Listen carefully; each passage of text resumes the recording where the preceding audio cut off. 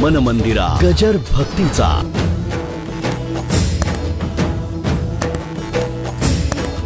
म्हणतो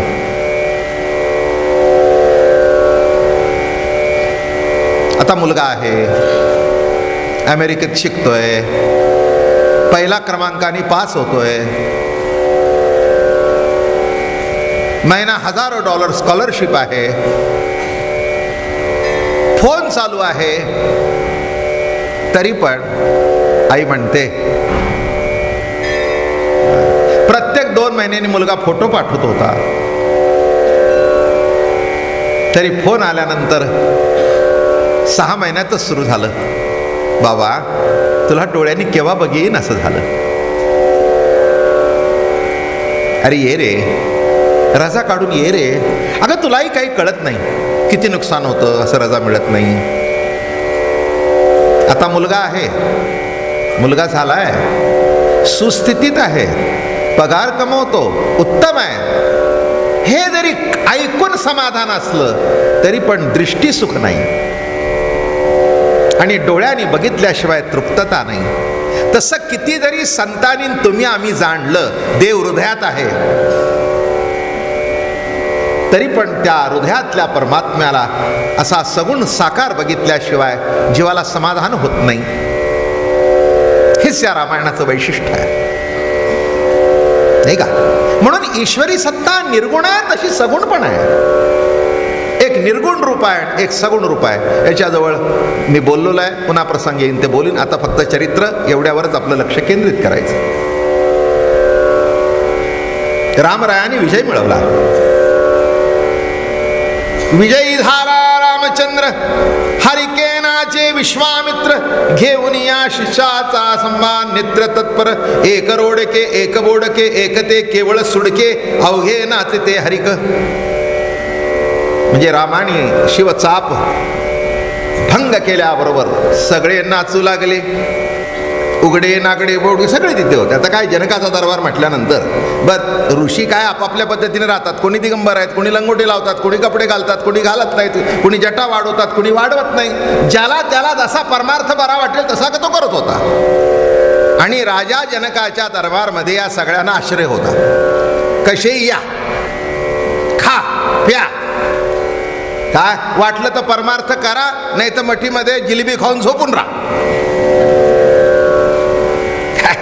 राजा जनकाचा दरबार सगळ्यांना खुला होता. काय कमी होतं तिथे? जगन्माता ज्या घरामध्ये होती तिथे कमी होतं, लक्ष्मी होती त्या घरामध्ये, तिथे कमी काय?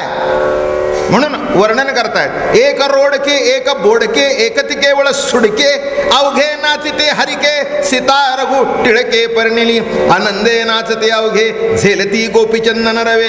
हा एको वाळी ती. आता बापरे अवघ अवस्था आहे. आता मला हे मगाशी वाचलं मी, मला आठवलं परवा त्या इंडियाने मॅच जिंकली आणि गंगोळीने तो हे काढलं ना असं फिरवलं आनंदात. त्याच्यावर उलटसुलट टीका पुष्कळ झाली. तो काय आपला प्रश्न नाही. तेव्हा आनंद झाल्यावर काय घडतं? झेलती गोपी चिन्ह न रवे, धोत्रे झेलती धडिया. कोणी धोत्र उडवली वर. सीता राघवे पर्णिली, एक वाळीती अंगवस्त्रे, एक वाळीती जुनी धोत्रे, एक वाळीती दर्भपत्रे, सीता रामचंद्रे जिंतली. आता हसायचं नाही. असू बिलकुल हसायचं नाही बरं का. एक वाळीती कोपीन. ऐका नाही. आता काय करावं याला? जे होतं तेही सोडलं. त्याचं काय झालं? कॉम्पिटिशन लागली. कुणाकडे धोतर तर कुणाकडे अंगावरचा पंचा, कुणाकडे काय. आता जी एकदमच लंगोटी लावून होती त्यांच्याकडे काहीच नव्हतं, त्यांनी ती सोडली. हे बघा काय असतं, माणसाला काहीच जवळ नसेल तर तो वाळणार तरी काय. आता हे काहीच नाही, नुसती दिगंबर मनुष्य एवढी लावलेली, ते भानच राहिलं नाही. हा वळतो मग हम भी कुछ कम नाही काय. म्हणून त्या गंगोळीला काही हसू नका. कोणतो काय गंगोलीच ना. हां भाऊ, हा त्याला काही हसू नका, हे आमचे ऋषीमुनी त्याच्यापेक्षा पुढे गेले. पण इथला आनंद क्रिकेटचा आहे आणि इथला आनंद ऐसे वाळिता कुशासन, त्या चौकोनी चटया टाकलेल्या बसायला. मग कुणी ती चटई घेतली न वाळून टाकली. माझ्या रामा तुझ्यावरून वाळून टाक. आता आपल्याकडे सुद्धा बायका नाही का, मुलं आल्यानंतर कुणी भात ओवाळतात, कुणी आमकं ओवाळतं. आता ह्या ऋषींच्या जवळ काय असणार, त्यांनी आपलं जे होतं ते ओवाळलं. एक ओवाळती कृष्णजिन रघुनंदन निज विजयी, मंत्री गर्जती ऋषीश्वर स्वर्गी सुरवरा जय जयकार. वर्षती सुमनांचा संहार रामचंद्र निज विजयी. सुखाच्या अतितातडी देव उठूनी लवड सवडी, उहोली हरिखांची बैगुडी. बांधवडी राम सोडवली विश्वामित्राज्ञाधीन, श्रीराम सीतेचे गमन देखोनिया जनकोत्तम घाली लोटांगण ऋषिरामा. सीता जिंतिली आपण उल्हासे चालिला लक्ष्मण, अश्वगौरव धरुणी पूर्ण रथोरोहण तेने केले. विश्वामित्र गुरुत्वे पूर्ण स्वयंवर केले सीतावरण. आता करावे पाणी ग्रहण विधियुक्त लग्न ऋषीवर्या. आणि यशस्वी झाला धनुष्यबाण लावण्यामध्ये, ते भंग होण्यामध्ये. झाल्याबरोबर गुरुचं दर्शन घेतलं, चरणावर मस्तक ठेवलं, म्हणले महाराज आज तुमच्या कृपेने हे घडलं. आता नाथ महाराज सांगतायत काय घडलं. स्वयंवर घडलं, आता पाणी ग्रहण लग्न. जनकाची निजकांता सुमेधा ती पवित्रता, तेही पाहो पाहे रघुनाथा वामंगी सीता वैसवनी. मनातल्या मनात बघू लागली. सासू सुजन चांगलं नाव आहे.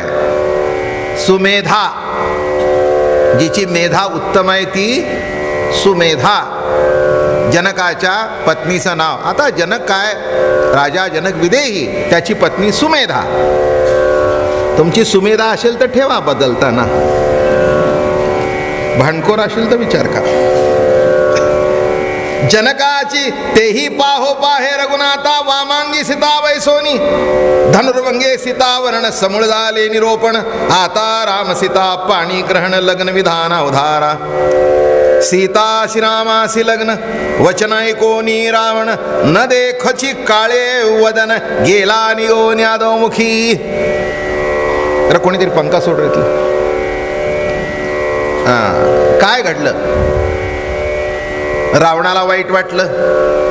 इतकं वाईट वाटल्यावर काय झालं, ते म्हणले आता आपलं काळं तोंड दाखवायला नको.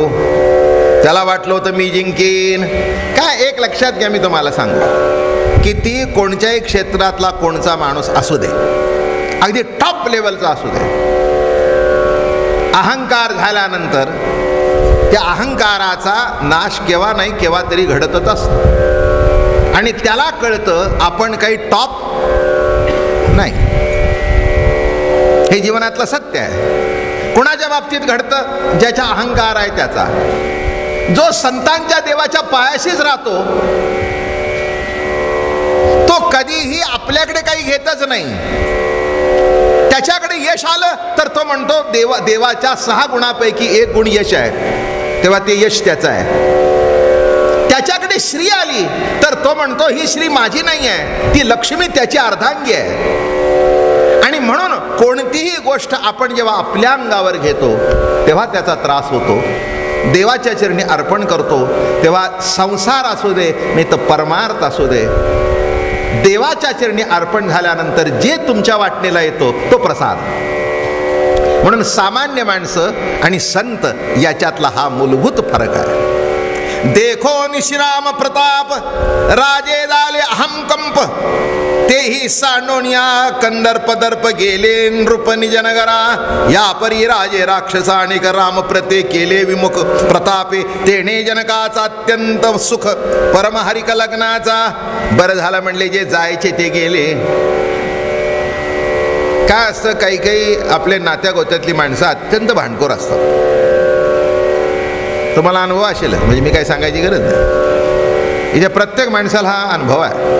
परिस्थितीजन्य आपण त्यांना आमंत्रण देतो, पण नाही आले तर बरे, हेच आपल्या मनात वाटल्याशिवाय काही राहत नाही. हे स्वाभाविक आहे. आपण मंगल कार्य काढावं आणि कुठेतरी एका सुपारीवरून भांडण काढावं. माझी ओटी भरताना सुपारी नव्हती,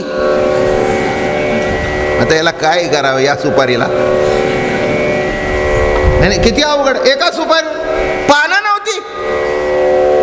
अहो मध्ये मी गेलो होतो तिथे, त्या पानावरती सुपारीची खांड ठेवत होती, पानं दिली, सुपारी नाही. म्हटलं बाबा सांभाळून घे त्याला, हे रुपया घे, अख्खी ठेव. काय माणसाचा मान काय असतं, ज्याला कुठेच मान मिळत नाही ते एका सुपारी करता अडून बसतं. म्हणून एक लक्षात ठेवा, मान मागायला कधी जाऊ नका. मी रोज सांगतोय तुम्हाला, कधी मान मागायला जाऊ नका. जो मान मागतो त्याचा अपमान झाल्याशिवाय राहत नाही. जो मान मागतो तो दुसऱ्याच्या ताब्यात आपली मान देतो. मान मिळायचा असेल ना, तो आपोआप तुमच्या दारात असं लोटांगण घेतील. म्हणून मागून मिळत नसतं. आणि आला जरी मान, जितका मान येईल तितकी मान खाली वाकू द्या, म्हणजे अहंकार डोक्यावरून निघून जाईल. कळलं? तो डोक्यात शिरून देऊ नका. जे जे काही यश असतं, आत्ताच सांगितलं, यश असू दे, कीर्ती असू दे, लौकिक असू दे, यश, श्री, वैराग्य, औदार्य, ज्ञान, ऐश्वर, हे साही गुण वसती जेत तया नाम भगवान. षडगुण ऐश्वर्य संपन्न भगवान आहे. हे साही गुण आहेत. मग याच्यातलं एक जरी आपल्याकडे आलं तरी समजावं हा भगवंताचा अंश आपल्याकडे आलेला आहे. मग त्याचा अहंकार करण्याची काही गरज आहे? म्हणून ही जी होती विघ्न करणारी, त्यांची तोंड आपोआपच काळी झाली. तुकाराम महाराज फार सुंदर लिहितात, अहंकाराचे तोंड काळे दावी बळे अंधार. अहंकाराचं तोंड नेहमी काळं असतं, त्यामुळे ते आपोआप निघून गेले. राजा जनकाला बरं वाटतं. राजा म्हणे विश्वामित्रासी, शीघ्र आणावया दशरथासी, मी धाडितो प्रधानासी, प्रितो यासी मानिना. ऐके ऋषीश्वरा कौशिका, तुझी नसता पत्रिका, दशरथन मानी ब्रह्मादिका, तेथे या मशका कोण पुसे. ऐके ऋषी, त्यांचा कुलोपाध्याय कौशिक होता, आणि त्याला सांगितलं तू राजाला पत्र लिही की असं असं घडलं, तुझ्या मुलाने असं केलं, तुझी न लाभता सज्ञा वशिष्ठ कदाने लग्ना. अरे बाबा तू मोठा आहेस, तुझा अधिकार मोठा आहे. मी जरी राजा असलो, जनक राजा जरी असलो, तरी दशरथ कुठे, मी कुठे. आणि आता तर आम्ही मुलीकडचे झालो. काय एरवी कदाचित म्हणत असतील दशरथी श्रेष्ठ आहे, राजा जनक काही कमी आहे का? पण आता नातं कसं झालं, ते मुलाकडचे आणि आम्ही मुलीकडचे. असा असल्या कारणाने तुझी न लाभता आमच्यात रामप्रताप्या अतिश्रेष्ठ, पत्र लेवाती स्पष्ट, जेणे सुखावे श्री वशिष्ठ नृपवशिष्ठ आत्मज. प्रेमे कुंपमे परमप्रीती पत्रिका. मग सगळं लिहिलं, उत्तम मायना उत्तम लिहिला, कळवलं असं असं असं असं आहे. मग ती कुंकुम तिलक लावून पत्रिकेला कसं करत असत पूर्वी, आता काही कुंकुम तिलक लावत नाहीत. आता सोयीच्या अनुसार फेविकॉल त्याच्यावर एक लाल रंग आणि पिवळा रंग आणि अक्षरशः टिकून टाकायचे, अशा करतात. पण पूर्वी असं होतं, ते असं हळदी कुंकू त्याच्यावर शिंपडायचं, शुभ मानायचे. प्रेमे कुंकुमे परम प्रीती. पण कसलं कुंकू शिंपडलं? प्रेम कुंकू. लक्षात ठेवा, महिलांनी नवऱ्याच्या प्रेमाचं प्रतीक म्हणून कुंकू लावावं. मी म्हणत नाही, ते म्हणतात प्रेम कुंकू. पहिलं प्रथेचं कुंकू आणि लग्नानंतर प्रेमाचं कुंकू. माझं बोलणं कळलं का? पहिलं कुंकू कशाचं? प्रथेचं. लावलं तरी ठीक आहे, न लावलं तरी ठीक. आणि लग्नामध्ये जे लावलं जातं ते कुंकू कशाचं आहे? प्रेम कुंकुमे परमप्रीती पत्रिका शोभे शोभोनी स्थिती, ज्याचे प्रधान्य त्रिजगत प्राधाते प्रधान हाती दिसली. बैसला मनोरथी रथी चारुवारू चहुपुरुषार्थी, मनासी ज्याचे निजगती तोची सारथी दुरेसी. पुष्कळ अध्यात्म सांगितले, प्रत्येक सांगायचं म्हटलं तर फार वेळ जाईल. मनोरथ रूपी रथावर बसला. काय असतं? मनाचा वेग जगात सगळ्यापेक्षा जास्ती आहे, अतिशय पॉवरफुल मन. आता इथे बसून तुम्ही लंडनला जाऊन पुन्हा प्रवचनाला हजर, म्हणजे माझे शब्द बोलायच्या अगोदर काय गती आहे बघा बरं का. एखादा मनुष्य अमेरिकेला जाऊन आला असेल आपल्या मुलाकडे, तर लगेच बघा म्हणत तोपर्यंत अमेरिकेला गेला, पुन्हा प्रवचनाला येऊन अजून जगात इतकं विमान कोणी फास्ट काढलेलं नाही. काय कुठेही 10-12 तास लागतातच. दिल्लीला जायचं म्हटलं तरी 1.5 तास. पण हे मनाची पावर इतकी फट फट फट इतकं पॉवरफुल. मनाचं वर्णन करताना म्हणाले, महामेरूची बांधवेल पुढी, शून्याची मुरडवेल नरडी, परिया मनाची ओढी अनिवार. मनाची ओढ इतकी अनिवार आहे. आणि एक मन असं आहे, मनाने देवापर्यंत पोचता येतं, वाईटापर्यंत सुद्धा मनाने पोचता येतं. तुम्हाला न कळत मन वाईटाकडे जातं, चांगल्याकडे लावावं लागतं आणि वाईटाकडे जातं. मनाचा स्वभाव कळला का कसा आहे तो? काय आहे ते आहे, पण असा आहे बघा, नाही का. वाईट कल्पनेकडे मन चटकन जातं आणि देवाचं डोळे झाकून ध्यान करावं लागतं. आणि ज्याचं ध्यान नको आहे ते डोळ्यापुढून बाजूला सरत नाही. काय आश्चर्य आहे, आश्चर्य आहे. नाथ म्हणाले, महामेरूची बांधवेल पुढी.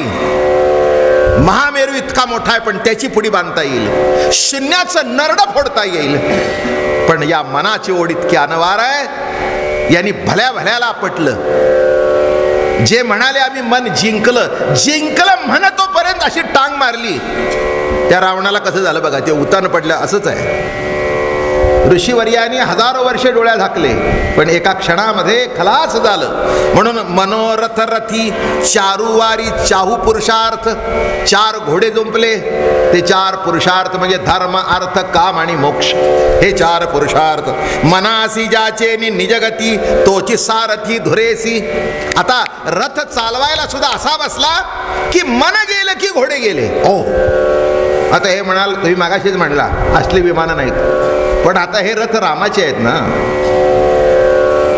हे रथ विमान त्यावेळेला सगळ्या गोष्टी ह्या होत्या. आपल्या याच्यामध्ये पोथीमध्ये वाचतोच आहे आपण, विमान होतं. विमान काही आजकाल नवीन नाही आपल्या भारतीय लोकांच्या करता. जरी आत्ता तिकडे शोधून प्रगती तिकडून जरी झाली तरी आपल्याकडे आता त्याची पुष्कळ गती आहे. सद्गुरु कौशिक अभ्यासिरे राम लक्षण सुविद्य भले. दादुलियांचे दादुले यश स्फुरले ती लोकी. जनकने माती प्रबळ अयोध्या प्रथम मोक्षपुरी. अजाचा पुत्र राज्य करी, ते श्रीरामाची निजरगी पदान ते थवरी पावला. दशरथ सभा वशिष्ठ गाडी, ते पुढे इंद्रसभा बापुडी. प्रधाने देखुणी आवडी होली गुडी विजयाची. सीता अत्यंत सुंदरी. आणि मग रामरायाच्या अयोध्या नगरीला गेले आणि गेल्यानंतर तिथला जो दरबार बघितला. दरबार बघितल्यावर कळलं, अरे अरे अरे अरे, हा इंद्राच्या सभेपेक्षा सुद्धा फार अचाट आहे. त्याही जनकाचे नेमात सिद्धी पावेले चापात. सवेसी गांजोनी समस्त, ते सीत्या रघुनाथे जिंकली. प्रधानाचा सुखोत्तरी सभा गर्जे जय जयकारी. रामाचा प्रताप ऐकला, कसा धनुष्यबाण मोडला आणि सगळ्या सभेनी रामचंद्र प्रभू की जय जय जयकार केला जिकडे तिकडे. गुडिया भोवती घरोघरे परमानंदे बोलती नारी. सभे जनकाच्या स्वयंवरी सीता सुंदरी परिणिली. सांगोन श्रीरामाची ख्याती, वर्णून श्रीरामाची कीर्ती. प्रधाने ते सभे प्रती, घातले क्षिती लोटांगण. वर्णन केलं आणि राजा दशरथाला आणि वशिष्ठ कुलगुरूला दंडवत घातलं, चरणावर लोटांगण घेतलं. धन्य आमचे डोळे की ज्या डोळ्याने तो प्रताप पाहिला. कसा रावण पडला, कसा त्याचा चेहरा काळा ठिक्कर पडला. तो पडल्यानंतर जे धूळ उडली आणि भूमीला कंप सुटला, तो सबंध मिथिला नगरी कशी कापू लागली. आणि हे त्याच्या छातीवरचं कसं उचललं आणि मग सांगायला सुरुवात केली. रामचंद्र प्रभू उभे राहिले. सुंदर सावळा श्रीराम, सुंदर सावळा सुंदर ते ध्यान. राजस सुकुमार मदनाचा पुतळा. काय सांगू तुम्हाला, रामचंद्र प्रभू उभे राहिले आम्ही देवाला प्रार्थना केली. हो, आम्ही म्हणत होतो कशाला जनक या भानगडीत पडला, इतकं बाळ सुंदर आहे त्यालाच देऊन टाका मुलगी, नको आम्ही मागे सरतो. इतका राम सुंदर, इतका राम देखणा, राम राजीव लोचन, इतका सुंदर. आम्हाला वाटलं याच्यानी कसं उचलतंय, पण काय सांगावं, हात लागल्याबरोबर धनुष्यच वर गेला. काय सामर्थ्य होतं, आश्चर्य काय आहे. म्या बोलविल्या वेद बोले, म्या चालविल्या सूर्य चाले, म्या हलविल्या प्राण व्हाले, जो जगाते चालिता. हे ज्याचं सामर्थ्य आहे. इथे धनुष्य ते काय बापुड आहे. धनुष्य म्हणजे जग नव्हे, जगातली एक वस्तू. माझं बोलणं कळलं. हो, काय जो सगळं घर चालवतो त्याला मुलाला ट्रिपला पैसे द्यायला नसतात का. काय हो, काही काय आले, अहो काय होतं, मुलाला पैसे दिले नाहीत, नाही म्हणले म्हणजे सगळ्या नाहीत म्हणून दिले नाहीत. घरात 2 गाड्या उभ्या बरं का, नाही म्हणून दिले नाही. नाही म्हणले काय मस्करी करता का. म्हणले तुम्ही एवढं आम्हाला विचारत आहे, आम्हाला काही कळत नाही का. दिले नाही त्यामागे काहीतरी कारण आहे. पैसे नाही म्हणून दिले नाहीत असं समजू नका. काय तसं विचार करा.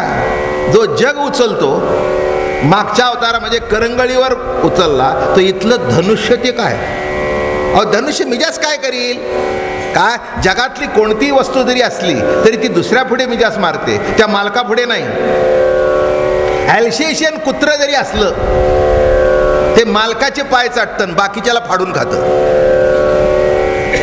माझं बोलणं कळलं. तसं विश्वाचा चालक जर ती राम आहे तर तिथे धनुष्य काय. ते म्हणले महाराज तुम्ही नुसतं हात लावल्यासारखं करा, आम्ही हुनच उचलतो. अजून एक घरातली गोष्ट सांगू का. एखादं सुंदर पोर असलं की नाही की एखादी बाई त्याला ओढून घेते, ये की माझ्याकडे, माझे हात टोचतात, ते जातच नाही आणि आईकडे असं उडी मारून जातं. काय गंमत आहे. म्हणजे इतराला ते वजनदार होतं, ती म्हणजे काय हो पोर चिवट आहे, उचलवत नाही, कसं उचलेल. आणि त्या आईकडे असं झेप टाकून जातं. आता मला सांगा, त्या धनुष्याला कळत होता आमचा बाप समोर उभा आहे. त्या धनुष्याला कळलं होतं की आमचा बाप आहे, आता त्याला त्रास द्यायचा नाही, आपोआप उचललं. ओम नमो स्वामी श्री वशिष्ठा निज ज्ञाने ज्ञान ज्येष्ठा परमानंदे अति प्रतिष्ठा विनंती वरिष्ठा उधारी. तुझी आल्हाद व्हाव्या भेटी जनका उत्कंठित पायी पोटी बोहरी पहावी कृपा दृष्टी लग्न संतुष्टी तुझेनी. दशरथाची स्तुती झाली, मग जनका वशिष्ठाची स्तुती सुरू झाली. बाप्पा वशिष्ठा कुलगुरू, अरे बाबा काय तुझं भाग्य आहे. जरी आम्ही असलो तरी तुझ्या इतकं भाग्य कोणाचंच नाही, कारण तू देवाचा गुरु झालास. नाही का. खरंच खरंच कौतुक आहे नाही का. एखादा मोठा शिष्य बघितल्यानंतर असं वाटतं हा जर एवढा मोठा तर त्याचा गुरु किती मोठा असला पाहिजे. त्या गुरुचं श्रेष्ठत्व काय असलं पाहिजे हे जाणवतं. आणि त्यातल्या त्यात राम परब्रह्म हे कळल्यानंतर, परब्रह्माचं गुरुपद प्राप्त झाल्यानंतर सगळ्यांनी लोटांगण घेतलं आणि त्याची स्तुती झाली. सीता श्रीराम धनुर्वेदी स्वयंवरी जिंतली त्रिशी, तुवा आलिया कृपानिधी लग्न सिद्धी होईल. प्रकृती पुरुष पाणी ग्रहण तुझेनी होतसे संपूर्ण. जानकी आणि रामाचं लग्न म्हणजे प्रकृती पुरुषाचं पाणीग्रहण आहे. दशेंद्रिय दशरथ तुची करता तुची नियंता. ऐका तत्वज्ञान. दशेंद्रिय दशरथ, दशरथ दशेंद्रिय बरं का. हा दशेंद्रियाचा रथ मागे सांगितले, पण पुन्हा फिट्ट बसावं डोक्यात म्हणून सांगतो. दशेंद्रियांचा रथ दशरथ. पंचज्ञान इंद्रिय, पंचकर्मेंद्रिय. आता हा रथ सुद्धा राम आहे म्हणून चाललाय. आणि ज्या दिवशी दशरथाला सोडून राम गेला त्या दिवशी दशरथ कोसळला. कळलं का. तेव्हा तुमचं आमचंही तेच व्हायचं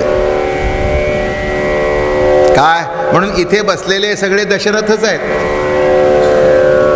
या दशेंद्रियांच्या रथामध्ये राम अधिष्ठित आहे म्हणून सगळं नीटनेटकं आहे. पोरं निदान बोलतायत तरी, घरात ठेवतायत तरी.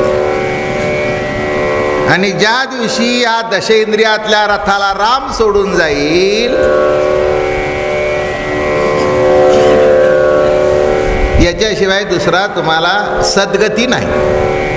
माझं म्हणणं कळलं? आणि राम जिथपर्यंत आहे, हात लावायची हिंमत नाही कोणाची. काय रामाची पावर आहे, नेहमी प्रवचनातून फार व्यापक सांगतो मी बरं का. एक गंमत सांगतो तुम्हाला.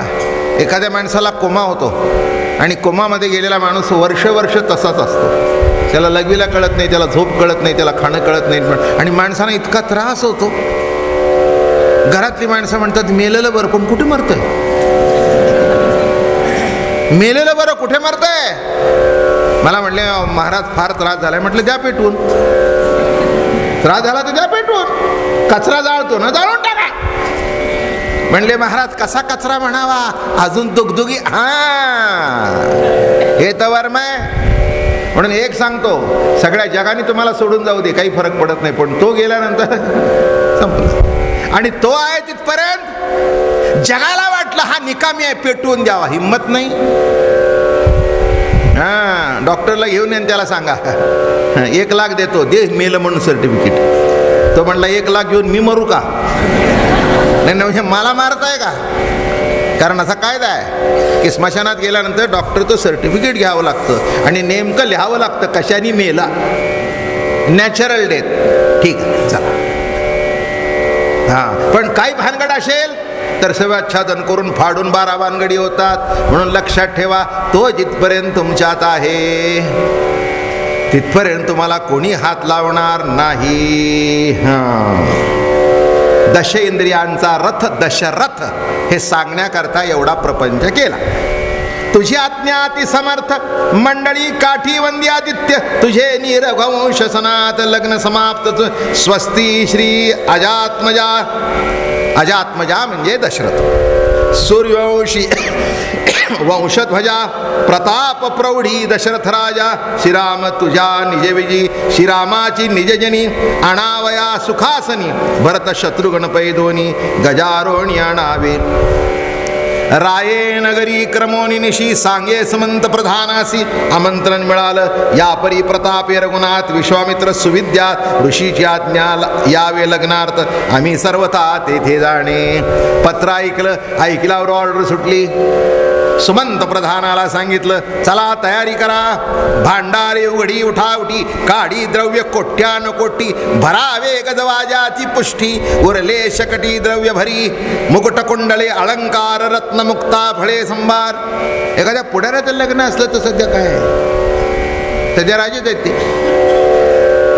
किती गाड्यान काय प्रताप विचारू नका. नसल्या तरी गाड्या घेऊन जातात, कळलं का? जाऊ द्या.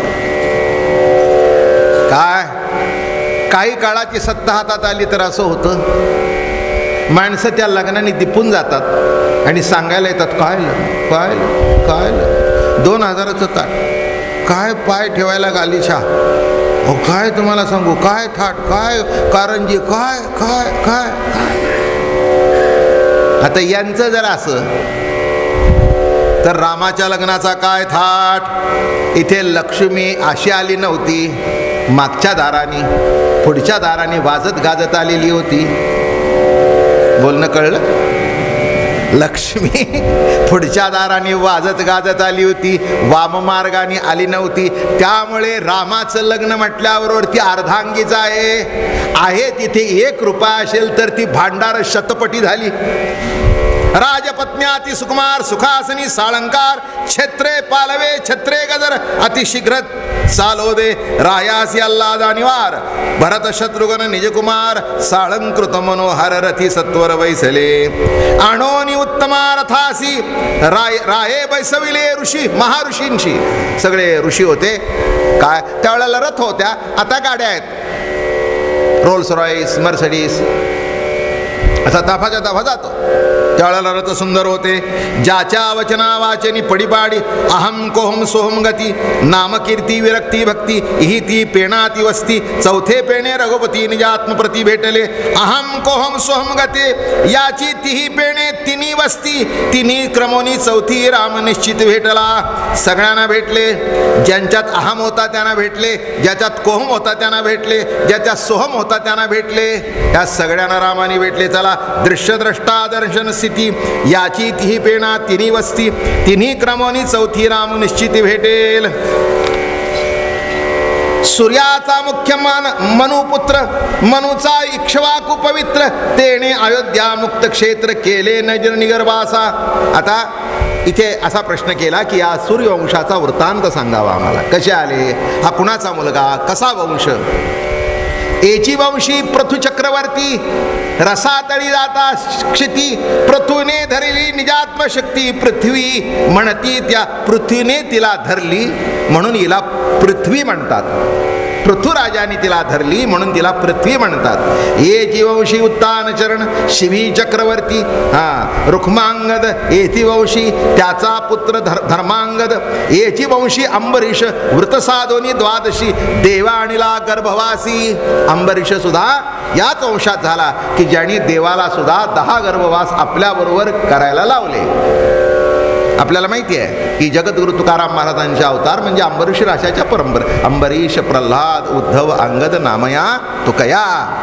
महाराष्ट्र टाइम्सला लेख चालू आहे बघा, दळ मंगळवारी तुकाराम महाराजांच्यावर. त्याच्यात हे आलंय परवाच्या 2 दिवसापूर्वी. अंबरीश प्रल्हाद उद्धव अंगद म्हणजे इथे अवतार सुरू झाले. मत्स्य कुर्म वराह अशी अवतार परंपरा सुरू झाली. राम कृष्ण परशुराम हे सगळे सुरू झाले आणि इथे अवतार परंपरा सुरू झाली. अंबरीश प्रल्हाद तेची वंशी अंबरीश व्रत साधोनी द्वादश देव्याणीला गर्भवासी दुर्वासासी वाचविले.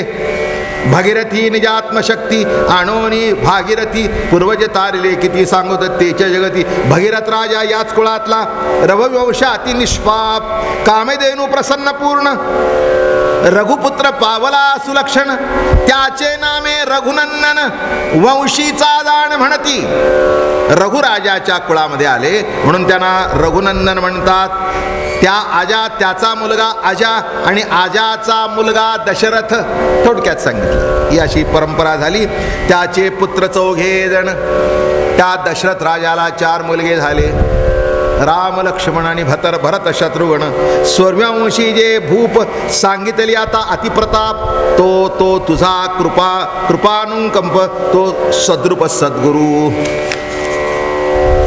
माझे कुळीचे भूपा वशिष्ठ सूर्यवंशावळी वर्णिली ती प्रांजळी जनक उठवणे ते वळी कृतांजळी विणवीत. मग आता ही कुळी झाली. हे सगळे आले. या कुळाचं वर्णन झालं. आता जनकाच्या कुळाचं वर्णन झालं.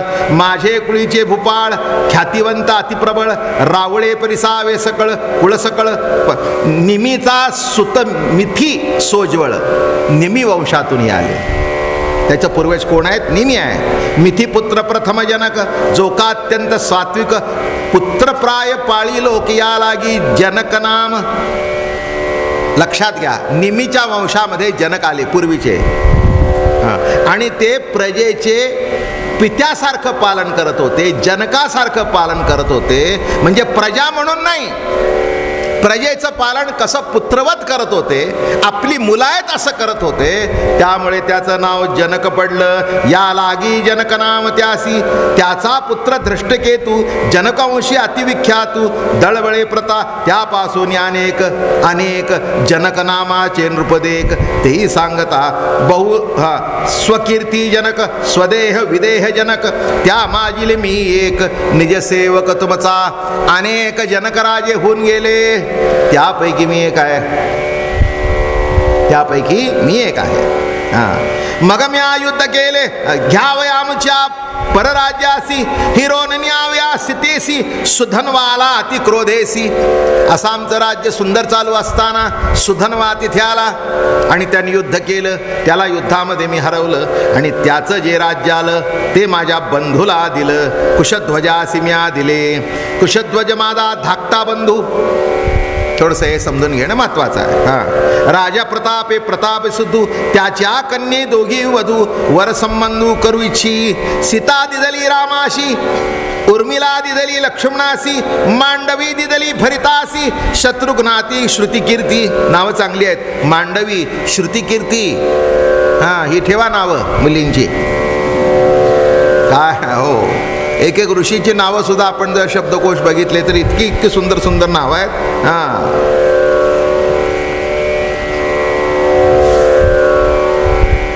श्रीराम लग्नाचा उत्सव, दोही मांडवी उत्सव, मिनला महर्षी समुदाय, नवल नवलाव मंडपा. 2 ठिकाणी मंडप झाले.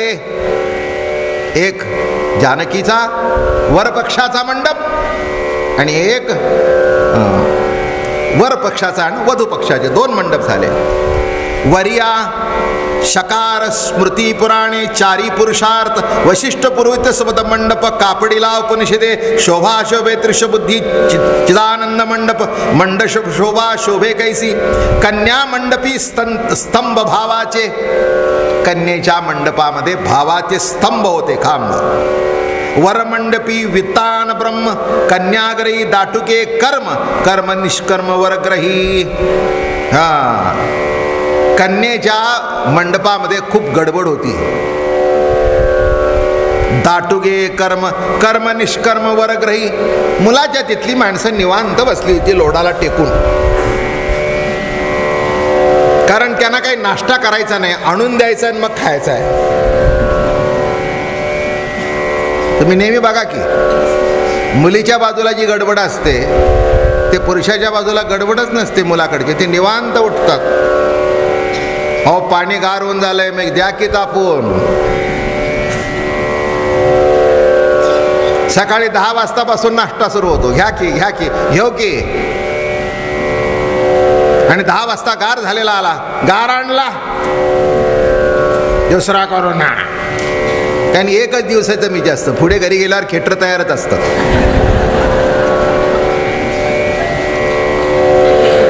नाही, जरा सांभाळून घ्या एकमेका. गार कचोरी आणली, कॉफी गार गुट्ट झाली. अहो, काय तुम्हाला सांगू, मी एका लग्नाला गेलो, फार मोठी माणसं होती, लोणावळ्याला लग्न होतं. आणि आता ती विणीचं असतं की नाही, अहो त्या बाईने काय केलं तुम्हाला सांगू, ही विणीच्या घरातली गडबड सांगतोय, अप्रस्तुत काही सांगत नाही. कारण त्यांचा दिव सारखा दुखदुखत असतो. काय चुकलं हे रागवले, काय चुकलं हे रागवले, काय करता काय. आणि हे चकल्या गेल्या, चकल्या. आता सगळेजण चकली म्हणतात, आमच्याकडे काटे कोडुबळी म्हणतात सातारा भागात. म्हणजे कोडुबळी निराळी, त्याचा सोऱ्या निराळा, पीठ तेच, पण काटे आले की काटे कोडुबळी. नाव माहिती असू द्या. शहरामध्ये त्याची चकली झाली, गावामध्ये कानवला आणि शहरात करंजी, असे नावं बदलत गेले. म्हणून आपलं थोडं माहिती असावी म्हणून अगोदर मधून माझंही आपलं हे पुराण असू द्या. काय ती चकली सांगत होता, तिने काय केलं त्या बाईनी, तोंडात घालावी की विरघळावी म्हणून खूप लोणी बिणी घातलं आणि इतक्या सुंदर चकल्या केल्या. त्या येता येता डब्यात हादरून हादरून काय झालं ते सांगायची गरज नाही. आता तुम्हाला सांगू, त्या मुलाच्या विणी पुढे त्याने सुंदर ती चकलीचं ताट ठेवलं. फुटलेल्या आणल्या, फुटलेल्या, नशीब फुटलं माझं, झालं सुरू. हे मी माझ्या डोळ्यांनी बघितलंय. तुटक्या फुटक्या, एकुलता एक माझा मुलगा, पुन्हा दुसरा आहे का, कोण मला चकल्या आण. आता काय चकली चकली, आयुष्यभर चकली. या असं आहे बघा, किती अवघड आहे. म्हणून हे सांगतायत ते बरोबर आहे सगळं. नात अगदी फक्त खुलासा करून सांगायचं काम माझं, पण एवढं डिटेलमध्ये करणार नाही आता, कारण रामायण जरा पुढे सरकलं पाहिजे. ज्ञानेश्वरी निराळी असते, जरा हे थोडंसं हळूहळू हळू. कन्या मंडपी चांदोवा धर्म, हे वर चांदी बांधतात ना, चांदोवा धर्म. वर मंडपी वित्तान ब्रह्म, कन्याग्रही दाटुगी कर्म, कर्म निष्कर्म वरग्रही. वर्ग वराच्या इकडचे निवांत बसले ते. कन्याग्रही साधन पंक्ती, वरग्रही साधन शांती. वा, काय कन्याग्रहामध्ये साधन पंक्ती आणि वराग्रहामध्ये साधन शांती. कन्याग्रही रत्नज्योती नित्यानित्य दीप्ती वरग्रही. कन्या मंडपी नवरसप्रीती वरमंडती नवविध भक्ती. कन्याग्रही विधी सर्वथी विधी नामोक्त कन्याग्रही. सुवर्णशृंगी रौप्यकरी कास्यद सगळे असं सजवलेलं तुम्हाला सांगू मंडप काय बोलायचं काम नाही. अप्रतिम असा मंडप सजला. देवक प्रतिष्ठा ती गजर हर्षेदान देन पोर. मग देवक बसलं. हे सगळे लग्नातले विधी येणार आहेत. जेवणाला काय काय प्रकार होते ते येणार आहेत. त्याच्यातला तुम्हाला एकही करता येणार नाही. मी अगोदर आपलं सांगून ठेवतो तुम्हाला, कारण त्यातलं वाचता वाचता मलाच कळेना नेमकं काय आहे ते. मला कळल्यावर मी तुम्हाला सांगणार ना. रामायणातलं रेसिपी बुक तयार करा, पण ते सगळं अवघडच दिसतं एकंदर जे काही लिहिलंय ते. मला असं वाटलं, मी मगाशी नाथांना म्हटलं, नाथ महाराज तुम्हाला एवढं कसं कळलं? ते म्हणले तुला कळलं नाही का मी त्यावेळेला होतो?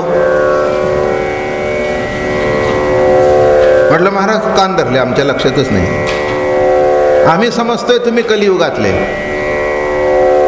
अरे म्हणले नाही, मी त्या अवतारात होतो, डोळ्यांनी बघितलं म्हणून आता सांगतोय. आम्ही आमची चूक शब्द मागे घेतले. म्हटलं बरोबर आहे महाराज तुमचं. श्रीरामाचे निजतेशी शोभा आली मंडपासी. रमे होनिया वरिष्ठी दासी निज रामापासी खेळती. हाती धरुणी वरिष्ठ राये केले योग प्रतिष्ठा. होमती दला हव्याटा. आता काय तुम्हाला सांगू, काय असतं, लग्न मंडप किती जरी सजला पण नवरा आल्याशिवाय शोभा नाही. मग तो कसाही असे नका, म्हणजे तो काय अगदी रामासारखाच असायला पाहिजे असं नाही, पण त्या दिवशी तरी तो जरा नीटनेटका दिसतो.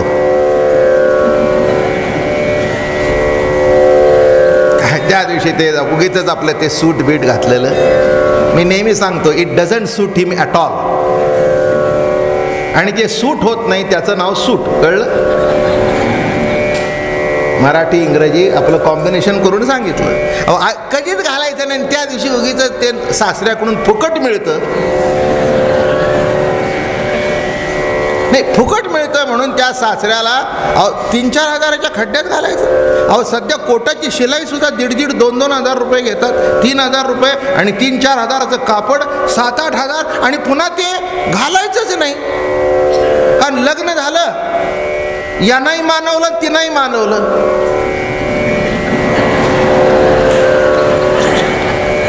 दोन महिन्यात पुढचंच बटन लागेल. आता कशाची पॅट?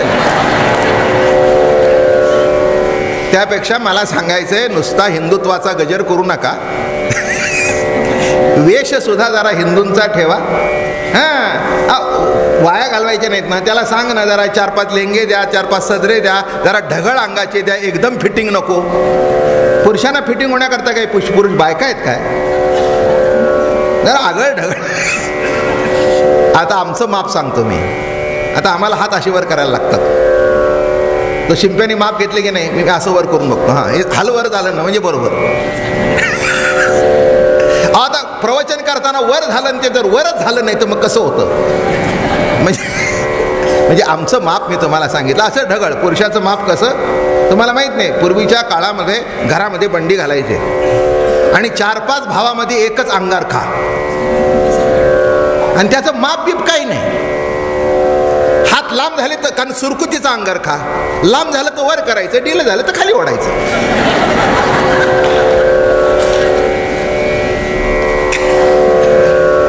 तुम्हाला हे नवीन जग माहिती आहे, पूर्वीचं जग माहिती नाही म्हणून तुम्हाला या गोष्टी माहिती नाहीत. पण पूर्वी असंच होतं सगळं. पगडी काय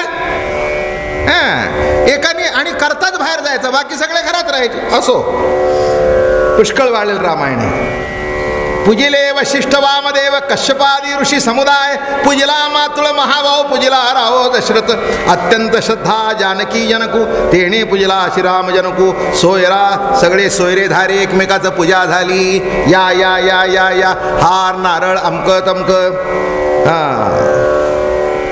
जनकाची ऋषिशृंग्याची निजकांता सुविद्या विद्या श्रद्धा पत्नी तैशा वरमाया तिघी जणी सुमेधा लागली चरणी रत्नभूषणी बुजलिया जनकाची पतिव्रता सुमेधा सीतेची निजमाता भावे वंदिले रघुनाथा चरणी माथा ठेवणी.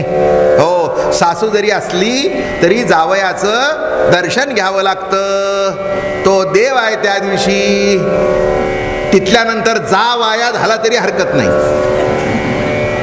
मराठी शब्द कळला का? जावई म्हणजे किती दिलं तरी त्याचं समाधान नाही, म्हणून त्याचं नाव जा. मी म्हटलं नाही पुढचं. किती द्या तुम्ही त्याला समाधान. काय गंमत, काय काय गंमत, आश्चर्य आहे. हो, इथलं इथे काही नव्हतं, रामच होता, संतुष्ट होता, काही नाही, अत्यंत समाधान. लाद सांडो निरोखडी सुमिदा विनवी अति आवडी माझी रुखवत परवडी स्वामीनी गोडीचा खावी. रुखवत घेऊन आला. काय आता रामाचं रुखवत असेल? तुमचे ते काय ते साखरेचे तांबे, साखरेचे पेले, कुठे तो खण, कुठे काय ते असं असं चॉकलेटचा बंगला. हे रुखवतामध्ये सगळे जे चॉकलेटचे बंगले अमके तमके मांडतात चांगलं. मग कुणी कपाट देतं, कुणी काय देतं. एका लग्नाला की मी गेलो होतो नगर भागात, शुगर किंग फार मोठा रुखवत होता. म्हणजे जवळजवळ पाव मंडप हे एवढं तर सगळं त्या रुखवतानीच भरलं होतं. शेवटी सासऱ्यांनी जावयाला विचारले याच्यामध्ये कमी काय? ते म्हणले गाडी. सासऱ्याची गाडी नवीनच होते, त्यांनी तिथे ती प्लॅटफॉर्मला लावून टाकली गाडी. आता आपली गाडी केव्हा पोचायची तिथे? मी रुखवत म्हणून वर्णन करतोय.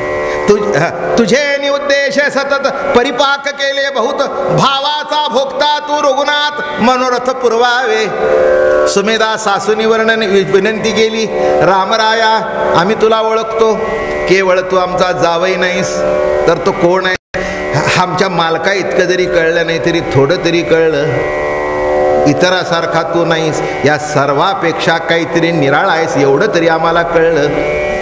आणि म्हणून सांगतो, हे जे केलंय ते सासू म्हणून नाही तर केलंय ते भक्तिभावाने केलंय, म्हणून त्याचा तू स्वीकार कर. चैतन्य ते जे अतिचोखटे समभावे सुवर्ण ताटे पूर्ण रसे भरली वाटे अपूर्ण कोठे असे ना. आता काय तिथे काय, तिथे काय मी तुम्हाला स्टीलचं ताट सांगू का पितळेचं सांगू? लिहिलंय सुवर्ण ताटे. एकी शाखात एक खणीवा एकी केवळ खुंडीवा एकी सदेती तोंडीवा एकी सोलीवा सुवासा. काही कळतंय तुम्हाला? आपल्याला तर काही कळत नाही. एकी शाखा त्या खणीवा एकी केवळ खुडीवा. मला वाटतं खणीवा म्हणजे नुसत्या खायची काही फळं असतील. एकी केवळ खुडीवा म्हणजे काय असतं? खाणीवा म्हणजे असे नुसते तोंडात टाकायचे बदाम असतील. खुडीवा म्हणजे पिस्ते असतील. आता मला सुचलेले अर्थ सांगतो. खुडीवा म्हणजे आता पिस्ते असे खाता येतात का? नाही, ते खुडून खायचे असतात. एके केवळ खुडीवा एके सदेटी तोडीवा. केळी भरली होती, सदेटी तोडीवा. एकी सोलीवा सुवासा. एक एक असं सोलून ठेवलेली सुंदर सुंदर फळं, अतिशय सुंदर फळं, अतिशय मुसुंब्या काय आमकं काय असं सोलून ठेवलेली सुंदर दिवस. एकी कडुवटे खुणवाळी. काही काही कडवट होती कारल्यासारखी आमकं. एकी तिखटे तोंडावळी. काही काही तिखट हो हो हो हो मग अशी शिंगोळी करून ठेवली होती. ते बारकं बारकं काहीतरी ते मिळतं ना, खारट तुरट आंबट एवढं एवढं एवढं. हां. एके सलंब सरळी. एक एक अशा लांब कांड्या होत्या. एक शेव होती. एके वाटोळी गडबडीती चकल्या. एके हिरवी करकरीती काकड्या. एकी जारेसी कचकचीती. खाताना कचकच लागतं बघा ते असं. ते असे मला वाटतं हे काही काही तोंडली बिंडली कच्ची खातात ना, कचकची. एके बहुबीजे बुचबुची ते. एके हसासी ते कोरडी. आता अवघड आहे बरं काही सगळं. एके अत्यंत आंबट, एके सभाह्य तिखट, एके सर्वांगे कडवट, एके तुरट समीपती, एके वाढवणी जारटली, एके संपुष्टे. आता काय, एके मुरडी मुरकटली, एके तुटली अनुवावे, संपुष्टे सारटली, एके मुरडी म्हणजे हे करंजा करंजा मुरडली म्हणजे मुरडीच्या करंजा. मुरडीच्या कंड्या तुम्हाला माहिती आहेत? करता घरी सांगतो. करंजा दोन तऱ्हेच्या होतात. त्या कशा असतात? तर असं सारण करायचं, ते असं गोल करायचं, त्याच्यामध्ये भरायचं, असं दूध लावायचं, असं चक चक चक चेपायचं आणि ते भिंगरी फिरवायची.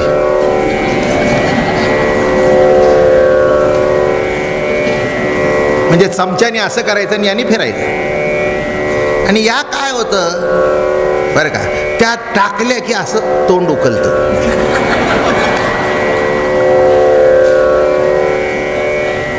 ते टाकले की ते उकललंच पाहिजे बघा, अगदी गॅरंटेड मी तुम्हाला सांगतो. ते असं केलं आणि टाकलं की उकललंच. अगं बाई असं कसं झालं, आता कसं झालं म्हणून काय. आता रामायणातली करंजी सांगायची. त्याचं काय असतं मग पुढे पुढे पुढे जे कापून कापून ठेवतात ना, त्याचा एवढा गोळा तयार होतो. सारण संपलेला असतं आणि गोळा शिल्लक.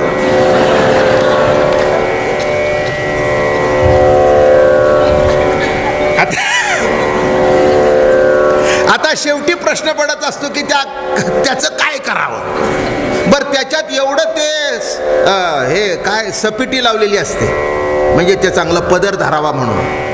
हो, ते काय ते काही होतच नाही. म्हणून मुरडीचं कानवले ते कसं असतं, असं भरायचं. आणि त्या बायका बघा हुशार असतात, तिथले तिथे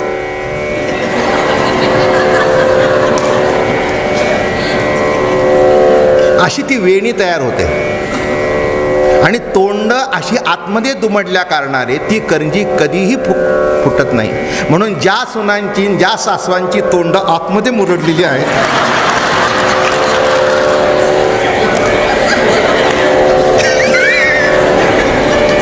त्यांच्या संसाराची करंजी कधीही फुटत नाही. एवढं तरी लक्षात ठेवा.